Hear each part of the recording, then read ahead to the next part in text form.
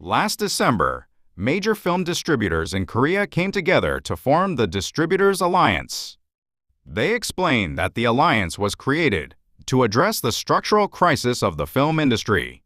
Today, by unpacking what a film distributor is, we explore how movies are made and how they find a way to audiences. Movies as commercial art. The way movies were distributed in the past was very different from today. In the early days, there were no dedicated theaters. Instead, people known as film showmen carried film reels, traveled to wealthy neighborhoods to screen movies. Then, in the early 20th century, small screening spaces called Nickelodeons began to replace this system. Nickelodeons were small venues where people paid a coin-sized admission fee to watch short films for a brief time. As movies became more popular, films grew longer and theaters built specifically for movie screenings began to appear. Cinema was never just about artistic expression, it was also about selling tickets. As films took shape around paying audiences, they came to be described as commercial art, placing distributors, those who bring films to the public, at the heart of the industry from its beginnings. Film production and distribution.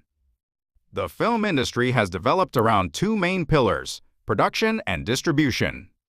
Production companies make films, while distributors release them to the market. Then, distributors plan and carry out key decisions, such as release dates, the number of theaters, and marketing strategies. Well-known distributors include CJ&M, Showbox, Walt Disney, and Warner Brothers.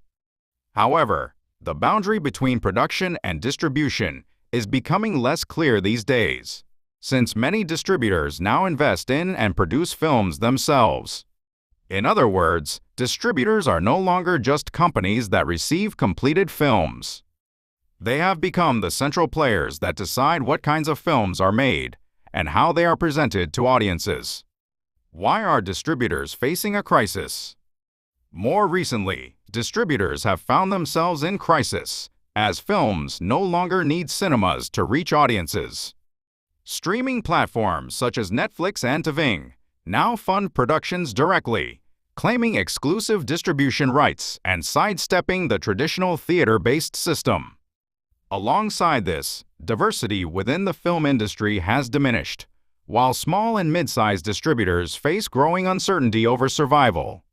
These overlapping pressures helped drive the formation of the Distributors Alliance to confront the industry's widening structural problems today collectively.